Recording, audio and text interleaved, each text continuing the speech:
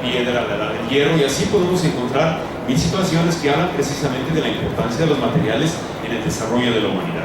Y bueno, un material es un elemento usado para realizar un objeto, es una sustancia usada al hombre para satisfacer nuestras necesidades, pero lo que hace la diferencia y que separa la materia de un material es precisamente el uso que se le dan a esos materiales. Ahí tenemos poco más o menos una definición muy sencilla de lo que sería un material. Es una parte de la materia a la que le damos un uso específico y a esto le vamos a llamar material.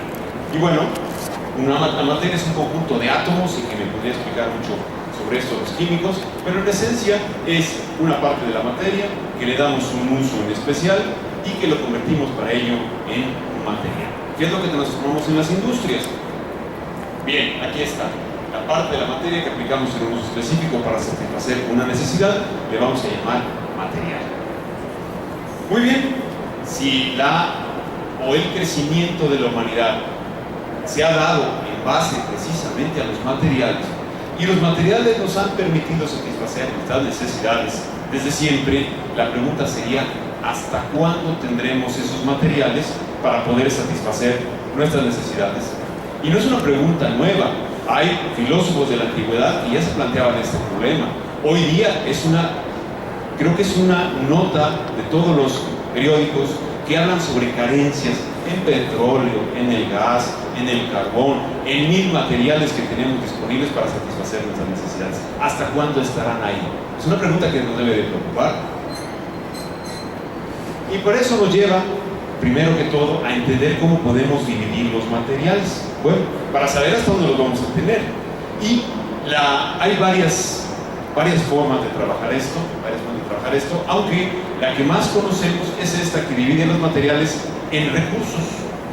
Esos recursos son los que nos permiten satisfacer nuestras necesidades. Y sabemos, casi cualquier niño de primaria está informado hoy que hay recursos renovables, recursos no renovables, y hay un tercero muy escaso que son los recursos sobreproducidos. Bien, esta división de los materiales que los veremos como recursos, bueno, nos ha permitido de alguna manera empezar a establecer una medición de los materiales y hasta cuándo dispondremos de ellos. Y ha habido una enorme discusión sobre este asunto. Pero bueno, hay ciertas reglitas matemáticas que nos permiten ubicar un material dentro de esta lógica matemática o aritmética y lo podemos catalogar como renovables, como no renovables o como sobreproducidos.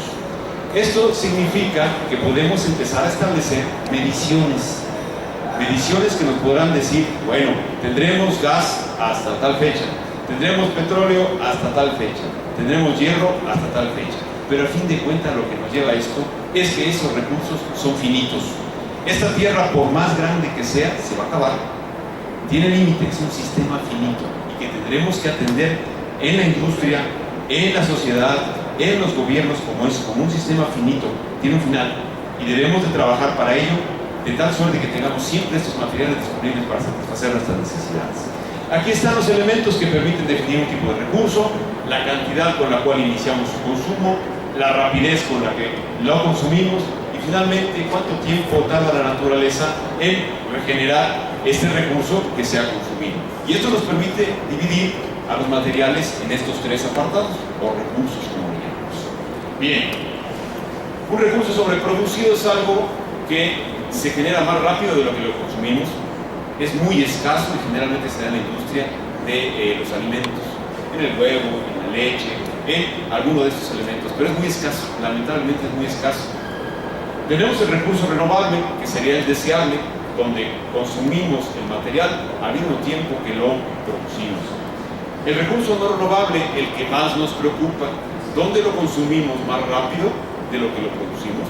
No tiene mayor ciencia esta. Ahora, si lo vemos en términos muy académicos, que ahí hay una trampa que se usa por muchas autoridades, es decir, bueno, todos los productos son renovables, todos los materiales son renovables.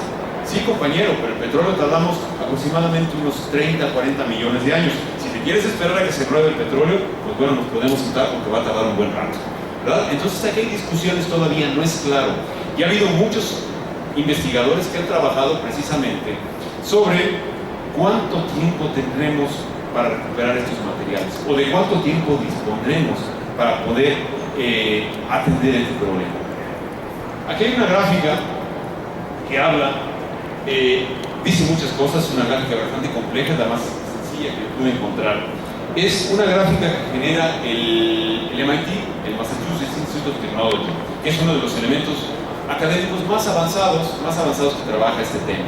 Ustedes pueden ver, evidentemente, que hay un crecimiento desde el año 1900, seguido 1950, 1970, en la producción de alimentos, la producción de servicios.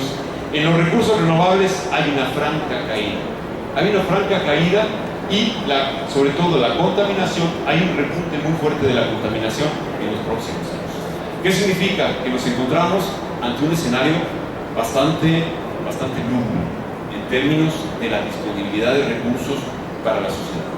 Tenemos nosotros aquí que se espera que haya una crisis de materiales en términos generales de recursos para el año 2030. Ya tenemos señales. La crisis del petróleo, la crisis del gas, la crisis del amoníaco, la producción maderera, encontramos que está en ese camino de colisión hacia una crisis que se pueda dar por ahí del año 2030. Es decir, el problema lo tenemos enfrente. Y esto lleva a formas diferentes de atender la carencia de materiales. Aquí hay una definición que a mí me parece siempre muy oportuna, donde dice, ¿para qué perdemos el tiempo? No estemos midiendo hasta dónde podremos llegar, porque vamos a llegar. Es un sistema finito. Lo que tendremos que hacer no es encontrar esos límites, sino crecer los límites. Esto es un poco lo que plantea Donella Meadows, que es una de estas grandes investigadoras que ha trabajado el tema desde los años 70 y que fue encargada por las Naciones Unidas para hacer una medición de los recursos del planeta. Así de fácil. Mide cuánto hay en el inventario. Finalmente, a lo que llegó como conclusión es que nos enfrentamos a un problema de crisis muy próximamente. Ella lo situaba en el 2040 y tantos. La realidad es que se está acelerando ese problema y se está ubicando ya por el año 2030, cuando hay un problema serio de recursos energéticos. Y estamos en camino de ello.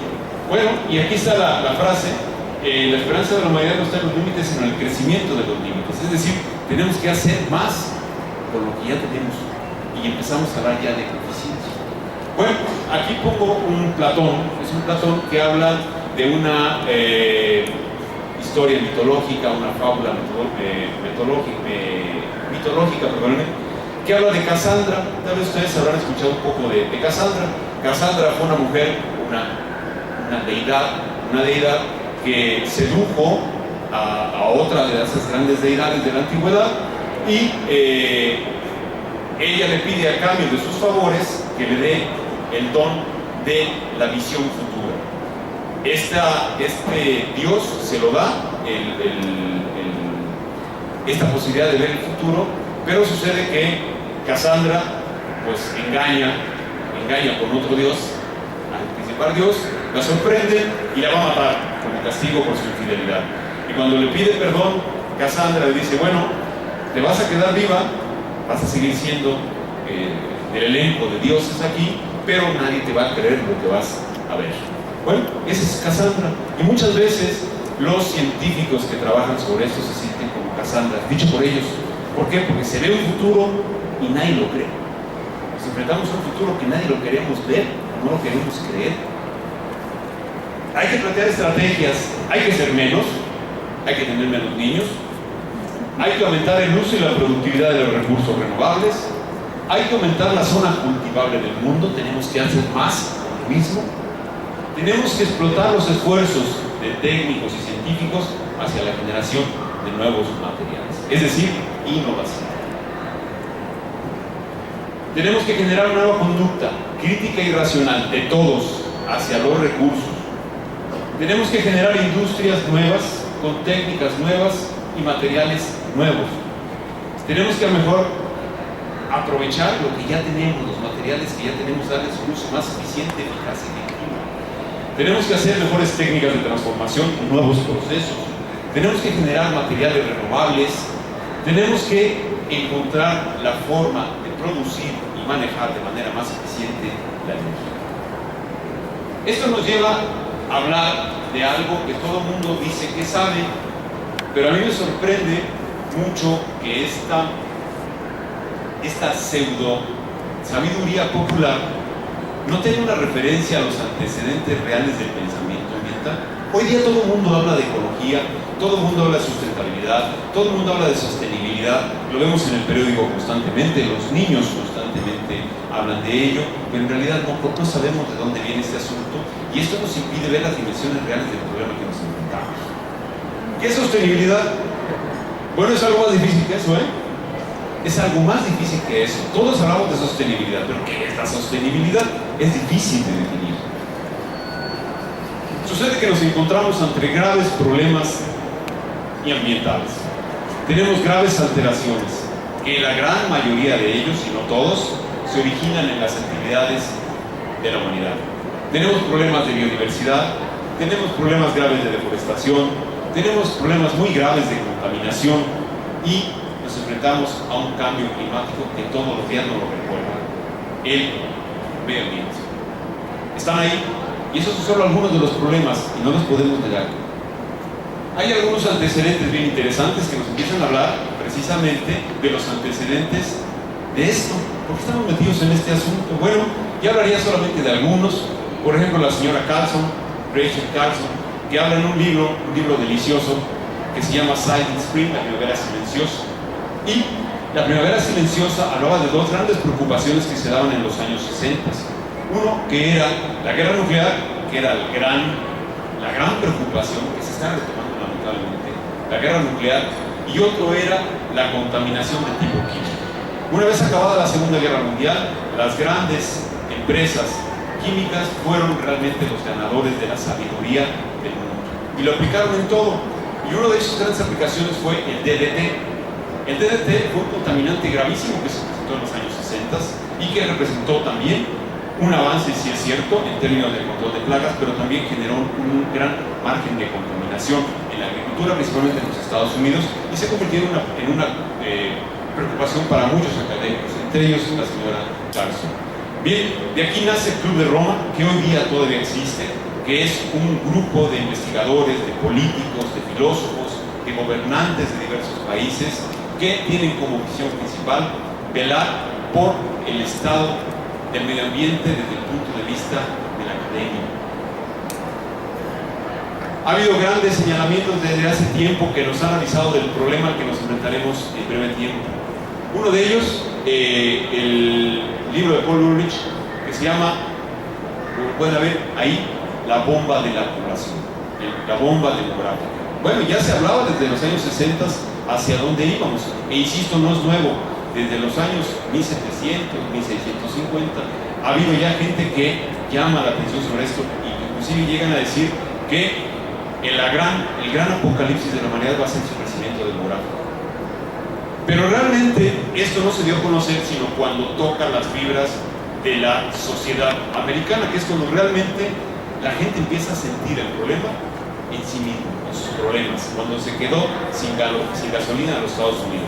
Porque ya pasó. Me imagino que los agentes más jóvenes que nos acompañan aquí no lo recordarán, pero los que tenemos ya cierta edad sí nos acordamos de ese problemón, y fue un problemón. Imagínense ustedes sin gasolina en Estados Unidos. ¿Sí? Bueno, pues ya sucedió, y fue un problema económico asociado a un problema ecológico. Ya está aquí el problema. Bueno, aquí está el equipo que trabajó sobre este límite del crecimiento, David Meadows y su grupo, que lo reflejó en un libro muy interesante que fue El límite del crecimiento, donde, insisto, la tesis principal es que tendría que dejarse de pensar en dónde están los límites, sino crecer esos límites. Y esto tuvo una enorme repercusión, como por ejemplo fue la ciencia de materiales.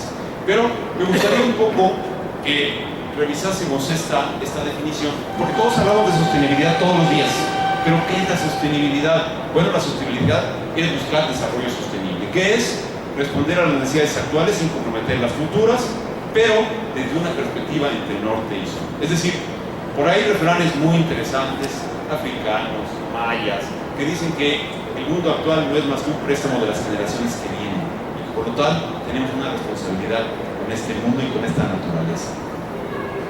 Aquí hay algo interesante que siempre me ha llamado la atención. Hay una diferencia sustancial entre la sostenibilidad americana y la sociedad sajona y la sostenibilidad latina. Aquí hay dos diferencias importantes, fíjense ustedes. Sustainable, to keep going continuously, es bastante más positiva el pensamiento sajón acerca de lo que significa la sostenibilidad. Significa mantener la marcha, resistir sin ceder, perseverar en el esfuerzo. Es mucho más positiva la percepción sajona de la sostenibilidad. En cambio nosotros tenemos como sostenible, sostener, sustentar, prestar apoyo, mantener una cosa en su lugar sin dejarlo caer o haciéndolo despacito. Es bastante más negativo lo que pensamos. Yo creo que aquí hay un poco las visiones catastrofistas latinas se dejan reflejar en este tipo de definiciones. Pero pensamos diferente. Es muy diferente la perspectiva de sostenibilidad que tiene un sueco a la perspectiva de sostenibilidad que tiene un taramara o una persona de color que vive en la profundidad del África. Es muy diferente. Para mucha gente no tiene sentido la sostenibilidad. La sostenibilidad se basa en tres soportes, en tres objetivos o en la búsqueda de tres objetivos: los objetivos económicos, los objetivos ecológicos y los objetivos sociales que están ahí. Y lograr respuestas positivas, armoniosas a estos tres objetivos es muy difícil. Es decir, que sean sostenibles en términos económicos, sostenibles en términos ecológicos y sostenibles en términos sociales es muy complejo. Bien, y tendríamos que pensar que en base a lo que hemos hablado, tendremos que pensar los productos, que entre ellos están los muebles. Son de los productos más importantes con los cuales tenemos nosotros contacto. Entonces tendremos que repensar cómo nos relacionamos con ellos. Hay un grave problema de medioambiental, donde tenemos sometida a nuestra naturaleza por dos lados. Uno, para lograr la generación de los recursos que demandamos para fabricar sillas, mesas, coches y todo lo que necesitamos, y por otro lado, cómo deshacernos de ellos. Y se lo pedimos, ambas situaciones se las pedimos a la naturaleza. Esto implica un sobrecalentamiento de la naturaleza. Tenemos un problema por explotación de residuos y un problema por explotación de recursos y por la disposición de residuos, las basuras. Bien, la ecología industrial, que estaríamos ya hablando de ecoeficiencia, estaríamos hablando de una filosofía industrial de producción, donde lo que busca es estudiar las relaciones que se dan entre las empresas y la naturaleza. Y por otro lado, busca mantener el ecosistema dentro de las capacidades de carga del planeta. ¿Cuáles son las capacidades de carga del planeta? La capacidad que tienen nuestros sistemas para generar los recursos y luego retomarlos y volverlos a convertir en recursos. Esto le vamos a llamar la ecología industrial y buscamos cooperar hacia la sociedad sostenible. ¿Y dónde está esa filosofía? Bueno, tenemos que recurrir a principios naturales, porque al enfrentarnos al problema medioambiental, muchos investigadores han dicho, bueno, ¿por qué la Tierra se mantuvo en equilibrio durante muchos años? Durante muchísimos siglos, milenios de años, millones de años.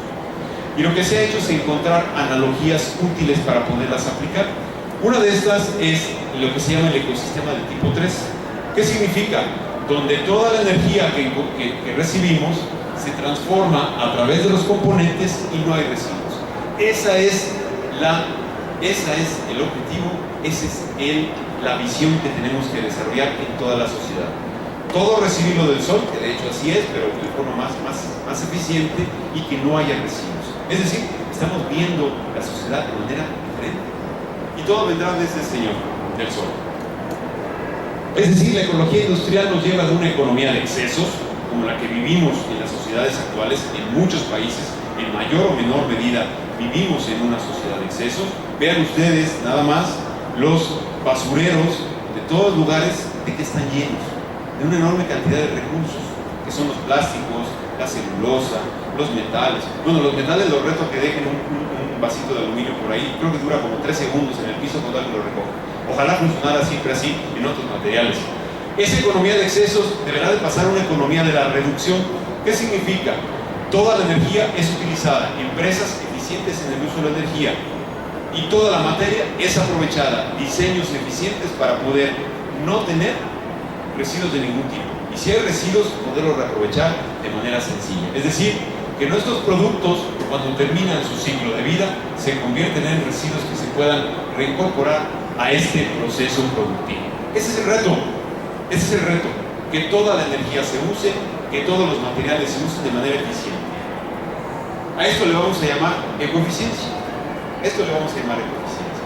Y que es condición, creo yo, para una innovación eficiente y que esté presente en todos los procesos productivos. La realidad es que el juego se ha terminado.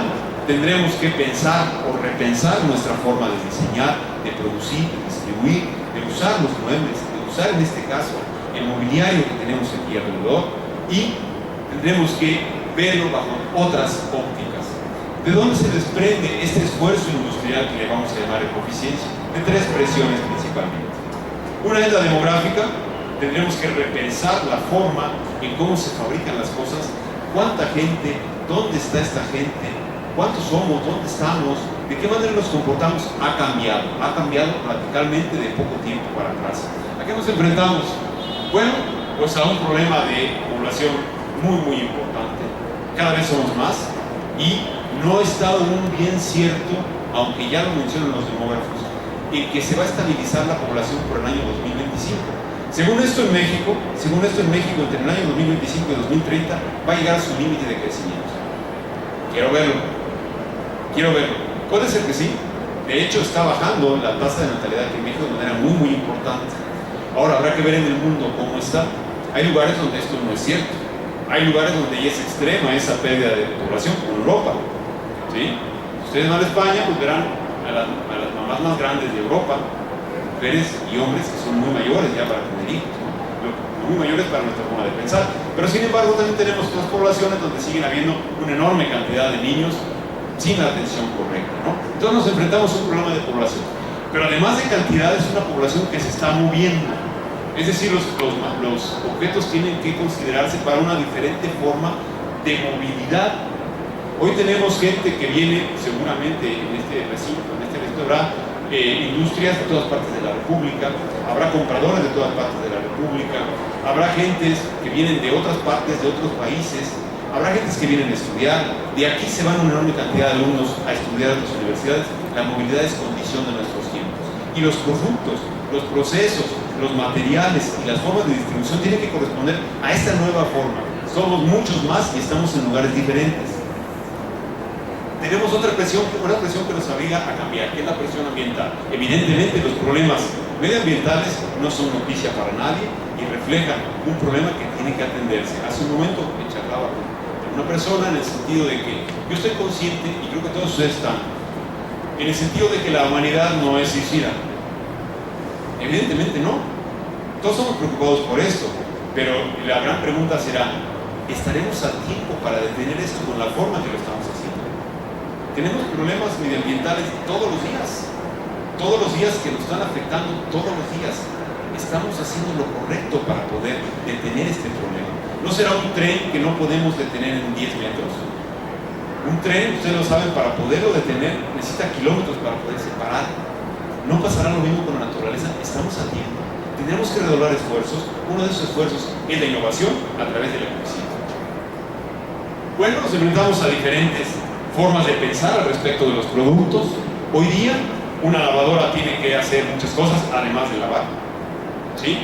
Un radio debe de hacer muchas cosas. Un automóvil esperamos que haga un montón de cosas. ¿Sí? Hoy me encuentro con una enorme cantidad de muebles, por ejemplo, desarmables. Hace un momento estaba yo en una exposición, una buena cantidad de muebles desarmables.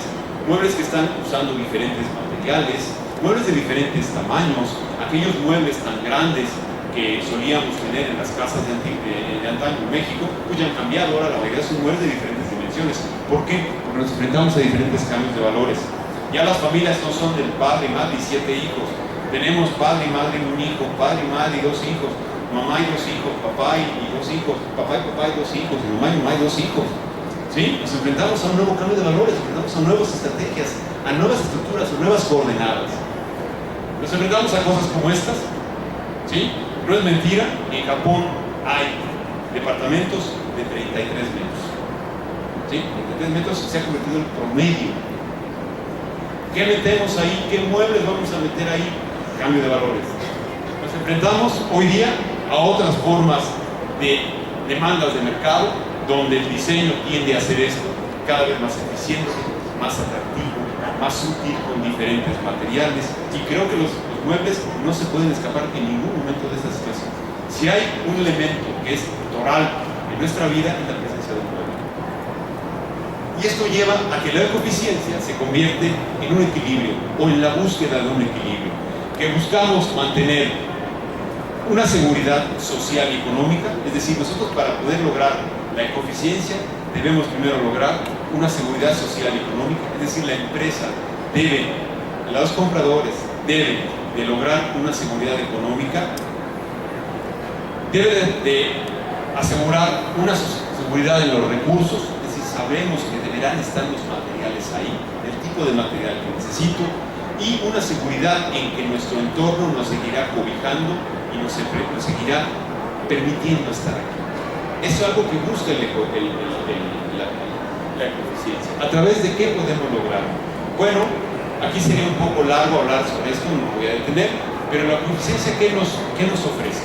A través de la innovación industrial, atendiendo diversas herramientas, que no voy a hablar ahora, que son muy dilatado, que tiene la ecoeficiencia, nos permite generar mejoras de calidad de vida, mejoras en el cuidado ambiental, mejoras en el logro de bienes y servicios. ¿A través de qué?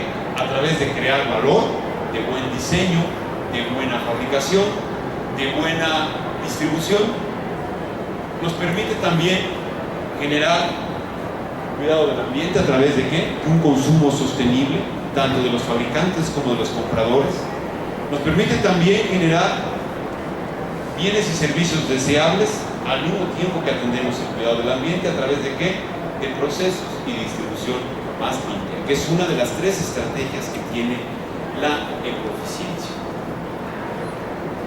¿Pero qué es la ecoeficiencia? Nos habla de la ecoeficiencia, ¿pero qué es?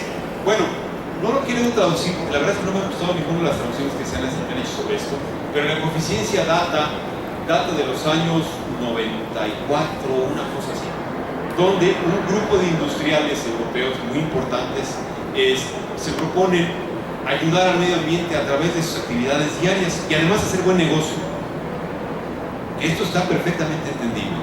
¿Qué sería la ecoeficiencia? Bueno, es la distribución de productos y servicios que satisfacen nuestras necesidades, pero que se mantienen dentro del ciclo de vida del planeta y que además representan un atractivo comercial.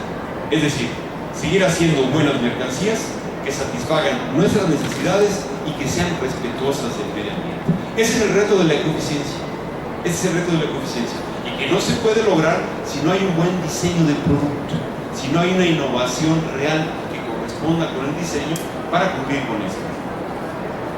¿Cuáles son los objetivos de la ecoeficiencia? Reducir el consumo de recursos, reducir ese impacto sobre la naturaleza, incrementar el valor del producto. Eso es importante, debe de mejorarse la ganancia para la industria y debe de corresponder a los sistemas de gestión medioambiental. Los sistemas de gestión medioambiental en muchas empresas son realmente el cómo. O sea, ¿cómo me quito a la Secretaría del Medio Ambiente? ¿Cómo me quito a los inspectores de los bomberos? ¿Por qué? Porque no estamos acostumbrados a trabajar con los sistemas de gestión medioambiental. La ecoeficiencia se convierte en esto, es generar mucho valor, y que este valor, al dividirlo entre los impactos ambientales, sea atractivo. Es decir, que sea atractivo para todos, no nada más para la industria, no nada más para el usuario, no nada más para los gobiernos, sino que lo que cueste producir un producto respetuoso del medio ambiente sea también un buen negocio. Y se puede lograr, de hecho muchas empresas lo están haciendo. Este no es un tema nuevo, en Europa se está desarrollando mucho, en Estados Unidos empieza a generar mucho trabajo sobre este asunto, y en Japón son punta de lanza en todas las técnicas para poder lograr esto, de manera que sea atractivo para todos. Hay estrategias de la ecoeficiencia. Una es la producción más limpia, otra es la reingeniería de procesos y otro es el ecodiseño. No voy a profundizar gran cosa en ninguno de ellos porque sería dejarlos nosotros de lado y que pueden ser también interesantes para ustedes. Hay acciones básicas también para lograr la eficiencia. Uno, rediseñar los procesos, volverlos a hacer y ahora más interesantes, revalorar residuos. Hace unos días acabo de estar en una empresa que se dedica a trabajar la chapa, una chapa muy fina, aquí en la Colonia del Corral, una chapa de madera muy fina, y el gran problema que tienen en esta empresa es que tiene mucho recorte, que es un recorte precioso, son pedazos pequeños de chapa de madera muy fina, y lo que estamos trabajando en la universidad es cómo convertirlo esto en nuevos tableros, en nuevos productos termoformados que permitan reusar estos residuos. Tenemos el rediseño de los productos. Si no hay un diseño correcto de producto, no puede haber innovación. Y si no hay innovación, no puede haber eficiencia. Es sencillo. La calidad, la productividad de un producto nace en el diseño. Si el diseñador no está capacitado para esto, no les va a servir. Hay que hacer un replanteamiento de los mercados. Ustedes lo estoy viendo aquí ahora. Creo que están en eso. Los muebleros están trabajando en nuevas dimensiones, en nuevas necesidades, en atender nuevas necesidades, en nuevos materiales. Creo que son un sector muy promisorio de lo que está sucediendo en esta ciudad. Aquí está un poco una ilustración que habla que lo que buscamos en la industria, o el esfuerzo mundial hacia la industria, es cooperar hacia la sostenibilidad. Este es el esfuerzo de la empresa. Y está basado en tres grandes esfuerzos, como se les acaba yo de comentar. Uno es la organización de la empresa, que son los sistemas de gestión medioambiental. Otro es la revisión de los procesos de producción, que se encuentra aquí, que le vamos a llamar producción más limpia. Y uno muy importante también, que es el ecodiseño, que se basa en buscar la eficiencia a través del diseño de nuevos productos. Aquí están los sistemas de gestión medioambiental. No me voy a detener, en realidad estamos hablando de normas, estamos hablando de estándares, donde la gestión medioambiental es la gestión de las actividades de la empresa que producen, han producido o pueden producir un impacto, y que esto es atender principalmente la normatividad y estándares. Y aquí hay una enorme cantidad de oportunidades de innovar, como respetuando los estándares y adaptando nuestros procesos a los estándares. La gestión medioambiental, que busca reducir el impacto del trabajo que se hace en las empresas a través de la organización misma de las empresas. Esto nos lleva a actuaciones mejoradas a través de la normatividad y la organización industrial. Todos los sistemas de ISO 14000, ISO 9000 están relacionados con esto y nos lleva a situaciones que nos pueden mejorar mucho el trabajo.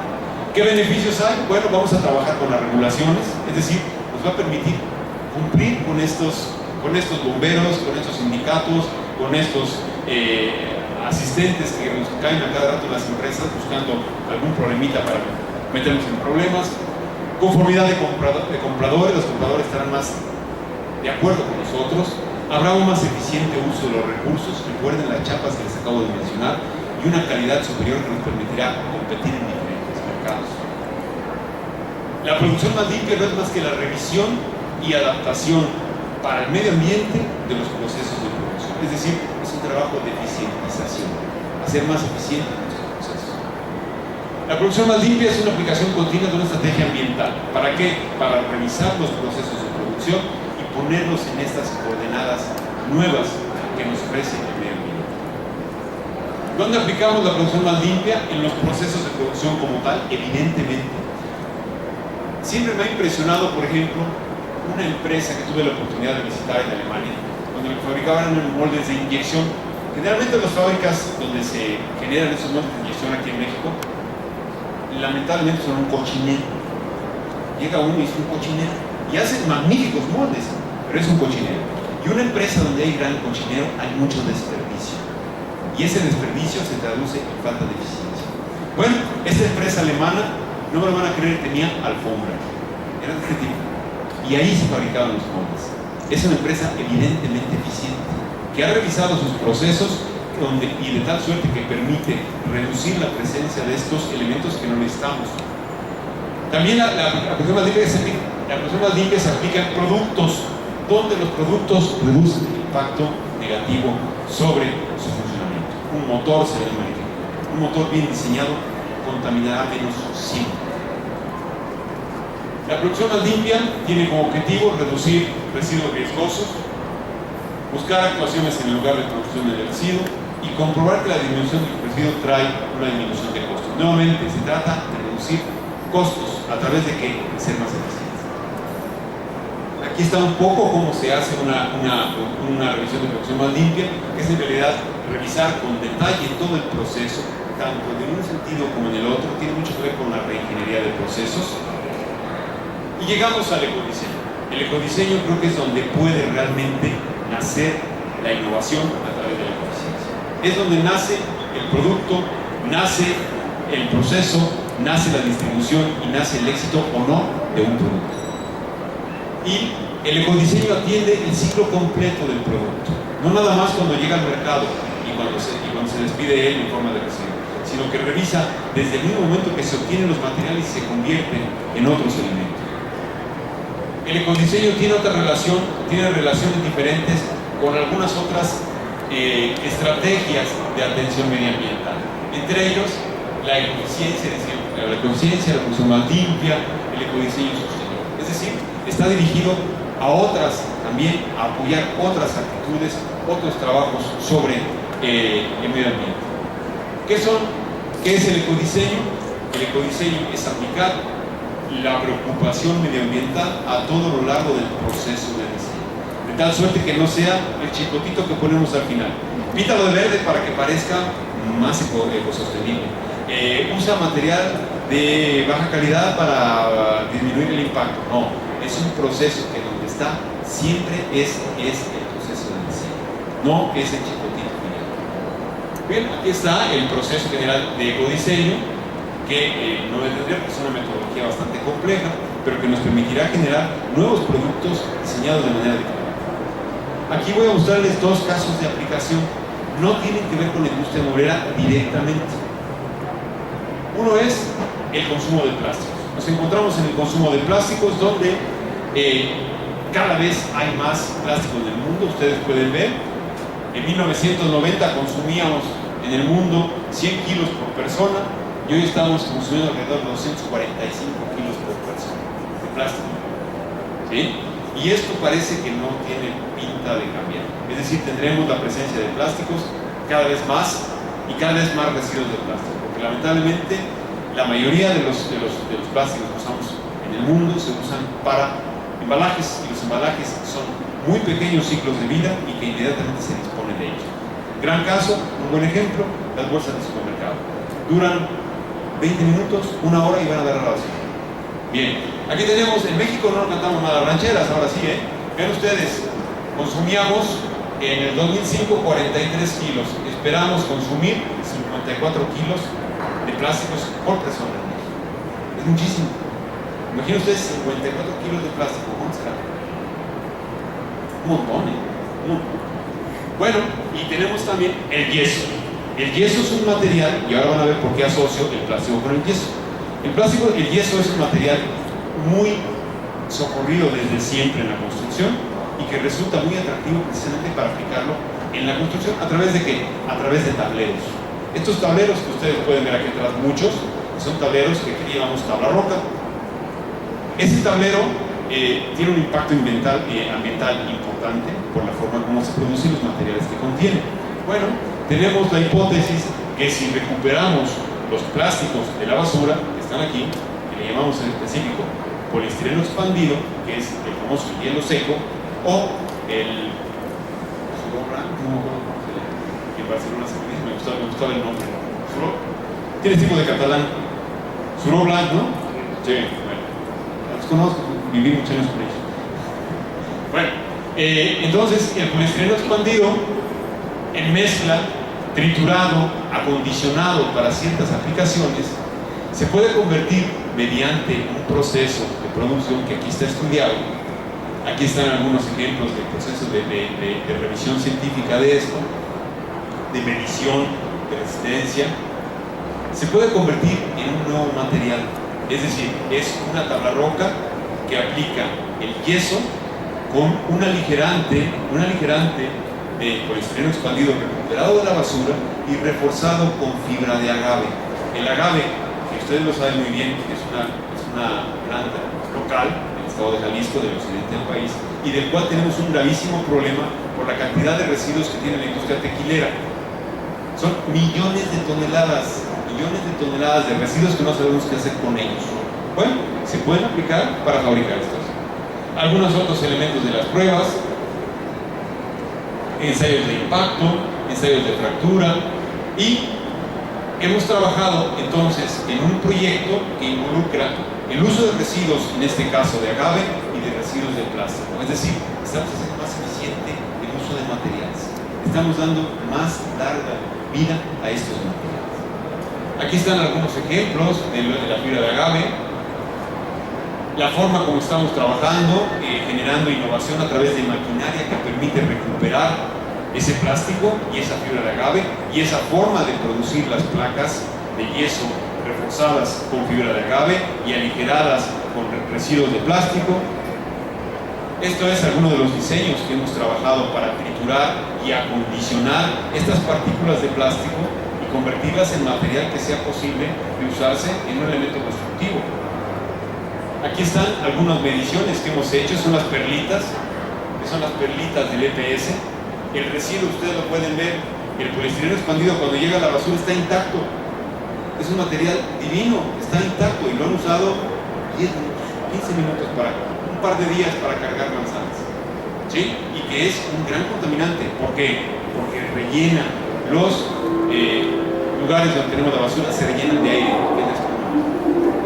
Algunas otras formas de plástico, ya las aplicaciones tal cual como lo estamos trabajando.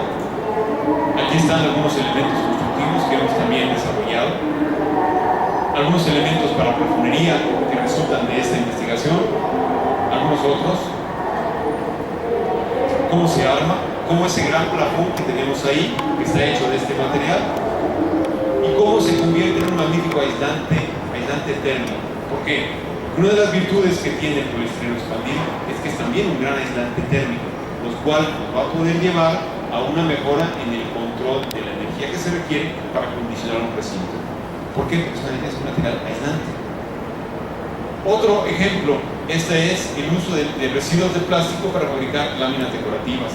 Aquí están ustedes viendo en el extremo residuos de PET, que son ya una verdadera tortura encontrárselos en cualquier lado. Estas botellitas de agua, de refresco que tanto usamos y que van a dar al vertedero casi al tiempo que lo estamos terminando de usar. Cómo hemos logrado desarrollar algunos materiales que triturados se convierten en las placas que van a ver en un momento. Aquí está el proceso, algunos de los experimentos que estamos haciendo, algunos ya se han convertido en material comercial, ya está disponible.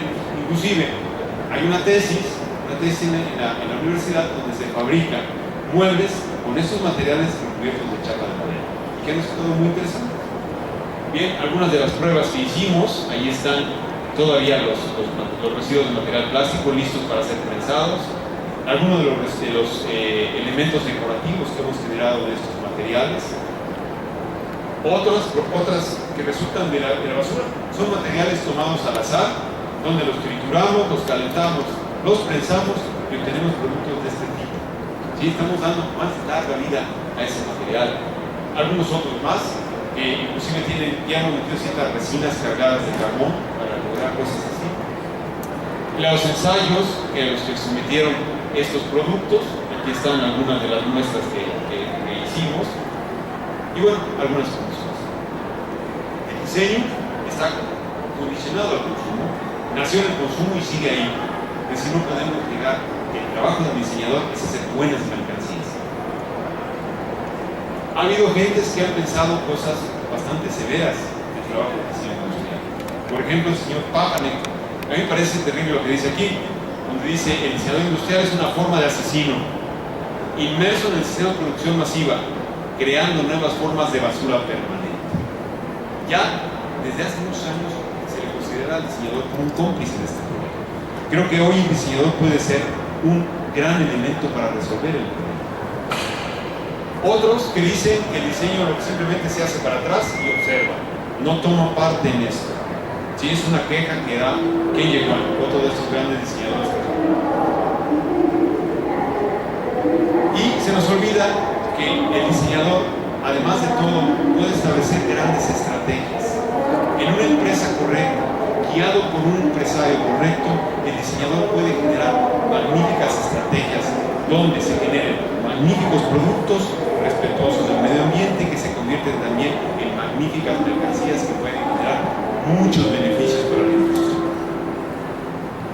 Ha habido gente que lo ha pensado desde hace mucho tiempo, insisto, por ejemplo, Mr. Fuller, donde habla que hay que capacitar al diseñador en las mejores técnicas, se debe de aprovechar lo mejor de la ciencia para dotar al diseñador y que genere los mejores productos. Y como dice él, no veo ningún problema en un producto si no es que ese producto no gusta. Si el producto no gusta es porque está mal, alguien está haciendo mal las cosas. Y así como veo magníficos productos en esta exposición hace rato, yo veía productos que seguramente no van a ser exitosos, porque de entrada, de puro diseño, se ven mal. Debemos de trabajar en diseño, pero el diseño basado a través de un pensamiento medioambiental, que es un pensamiento no tiene vuelta, es un pensamiento de calidad y de eficiencia. Aquí está Mr. Fuller, que además fue uno de los grandes estrategas cuando inició Mac, Apple. Es una nueva forma de entender la industria. Hay que pensar la industria de manera diferente. Ha habido eventos anteriores, por ejemplo, de 1965, 1975, ya se hablaba de esto. Ya se hablaba de esto en las Naciones Unidas, del problema medioambiental que se enfrentaría y cómo el diseñador podría participar en este problema, y se llamó así World Design Decade. 3 preguntas para los diseñadores, para los empresarios, para los elementos del gobierno que te puedan acompañar. ¿Cuál debe ser el rol del diseñador industrial? Tenemos que pensar qué hacemos los diseñadores en la industria. Y los empresarios tienen que decir, la industria, el diseño tiene que hacer esto. Y el gobierno tiene que decirle a la industria y al diseñador, ustedes tienen que hacer esto. Se los dejo para que lo piensen. ¿Qué tiene que hacer un diseñador en la industria con respecto a los temas que les acabo de mencionar? Otra pregunta, ¿cómo redireccionar la profesión del diseño? Creo que el diseño está empantanado en muchas cosas. Está empantanado en muchas cosas desde hace mucho tiempo. Yo veo los muebles que presentan mis colegas estudiantes y veo que hay cierto estancamiento en sus propuestas. Creo que hay que repensar hacia dónde llevamos el diseño industrial en las escuelas. En las escuelas, que sería el lugar donde los estamos preparando, debemos de escuchar a los empresarios, debemos de escuchar a la sociedad, debemos escuchar al medio ambiente. Es decir, ¿qué quieres que el diseñador que estoy preparando tenga? Por último, ¿cómo reinventar la cultura del diseño que permita ofrecer soluciones atractivas para la problemática de hoy? ¿Cómo tenemos que redireccionar el pensamiento del diseñador? ¿Cómo podemos dejar lo que no sea solamente un productor de mercancía, sino una eficiente estratega de la industria? Debemos desarrollar una nueva oferta de diseño y desarrollo de productos que atiendan necesidades y no solo formas. Que la enésima repentina, la enésimo concurso de diseño no hable solamente de una silla, sino de un instrumento para sentarse. ¿Cómo podemos revalorar ese instrumento para sentarse? El diseño y desarrollo de nuevos productos deberá romper el paradigma de considerarse el núcleo de desarrollo del proceso. El diseñador no es el centro del proceso, ¿no es cierto? El centro del proceso está en el equipo de diseño. En el equipo de diseño está el diseñador, sí, pero está el empresario, está el gobernante, está el estudiante de diseño. Todos ellos hacen un equipo que, para que sea eficiente, deberán trabajar de manera armoniosa entre ellos. Se deben encontrar nuevas relaciones para establecer con otros actores del proceso de diseño. ¿Qué quiero decir? Tenemos que encontrar nuevas relaciones con el ambientalista, tenemos que encontrar nuevas relaciones con el gobernante, tenemos que encontrar nuevas relaciones con el químico, con el distribuidor, con el vendedor, con el usuario. ¿Qué quiere el usuario como mueble? ¿De qué tamaño lo necesita? ¿De qué materiales lo necesita? ¿De qué formas lo necesita? El reto de crear, eso es importante, por favor, el reto de crear un mundo viable puede pasar de un asunto de idealismo, de buena onda y de pasto verde y arbolitos y todos nos queremos mucho, a un asunto de supervivencia en poco tiempo. En poco tiempo. El proceso de desertificación progresiva crece de manera brutal en nuestro país, en México. y me imagino que en muchas partes del mundo, estamos teniendo problemas para encontrar madera en México. La madera preciosa de México cada vez es menos. El pino lo tienen que traer de Chile. Tenemos un problema gravísimo medioambiental aquí. Paradójicamente, una profesión que vive del cambio, el diseño industrial, tiene que cambiar y nos está costando un riñón. No cambiamos, en las escuelas seguimos haciendo los mismos concursos. La enésima versión de la silla desarmable. Coño, desde que estaba yo en la escuela se hacía y se sigue haciendo. Insistir para el diseño en el reciclado, para la remanufactura y el ecodiseño. Eso significa una nueva forma de educar diseñadores. En las escuelas y en las industrias se dan indicadores de que hay cambios, pero creo que son insuficientes. El diseño se tiene que distanciar de la cultura del consumo como único fin y dirigirse acompañando a otras profesiones a la búsqueda de una participación más significativa. El diseñador tiene que decir más, el diseño tiene que decir más. Si no correspondemos con esta necesidad, seremos solamente uno de los problemas futuros que alguien más tendrá que venir a solucionar. Y terminaría con esto: no se trata de perseverar un mundo verde, Miguel de Unamuno lo dijo, sino se trata de perseverar ahora un mundo vivo. Bien, estos son mis principios como Groucho Marx. Si no les parece, bueno, tengo otros y nos podemos poner de acuerdo. ¿Sí? Y muchas gracias. Con eso termino.